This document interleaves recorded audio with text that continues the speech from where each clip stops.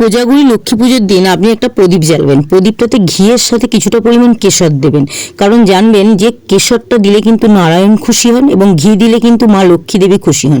তো ঘিয়ের প্রদীপটা জ্বালাবেন যখন একটা বাটিতে আতপ চাল নেবেন, সেই আতপ চালের বাটির উপর প্রদীপটা বসিয়ে আপনি উত্তর পূর্ব কোণ করে প্রদীপের শিখাটা রেখে দেবেন। এতে কি হয়, আপনার সংসারে থাকা নেতিবাচক শক্তি কিন্তু আস্তে আস্তে বিদায় নেয় এবং অর্থের দিকের উন্নতি বৃদ্ধি পায়। অবশ্যই কোজাগরী লক্ষ্মী পুজোর দিনটা করবেন, তবে প্রদীপে যে তুলোটা ব্যবহার করবেন সেই তুলোটা 2 দিন কি 3 দিন আগে গোলাপ জলে ধুয়ে শুকনো করে নেবেন। শুকনো হয়ে যাবার পর যেদিন লক্ষ্মী পুজো সেদিন কিন্তু আপনারা ওই তুলো দিয়ে কিন্তু প্রদীপটা জ্বালবেন। এতে কিন্তু খুব ভালো ফলাফল পাওয়া যায়।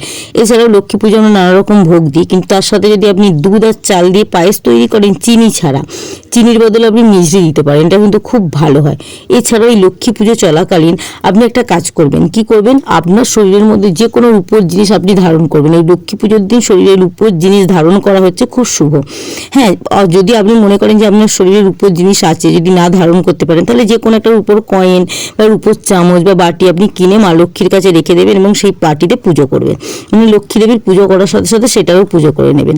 খুব ভালো ফলাফল পাওয়া যায়। যদি ছোটদের মনে করেন যে এই দিন একটা রূপোর জিনিস পরাবো, তো অবশ্যই পড়াতে পারেন, খুব ভালো এতেও ফলাফল পাওয়া যায়।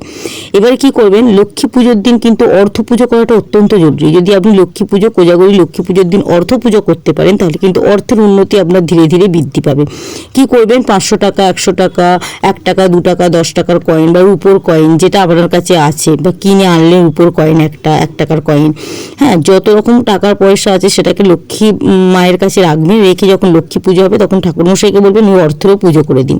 আর অর্থের পুজো করার সময় কি দেবেন, ওর মধ্যে কিছুটা আতপ চাল, সিঁদুর, গোলাপ ফুলের পাপড়ি, পদ্ম ফুলের পাপড়ি যদি তাতে দিয়ে আপনি পুজো করতে পারেন, ঠাকুরমশাইকে দিয়ে পুজো করাতে পারেন, তাহলে কিন্তু খুব ভালো ফলাফল পাওয়া যায়। এছাড়াও পদ্মবীজ মা লক্ষ্মীর খুব পছন্দ। পদ্মবীজের মালা যদি আপনি একটা এনে এই লক্ষ্মী পুজোর দিন মাকে পরিয়ে পুজো করতে পারেন, খুব ভালো ফলাফল আপনার জীবনে আপনি পাবেন।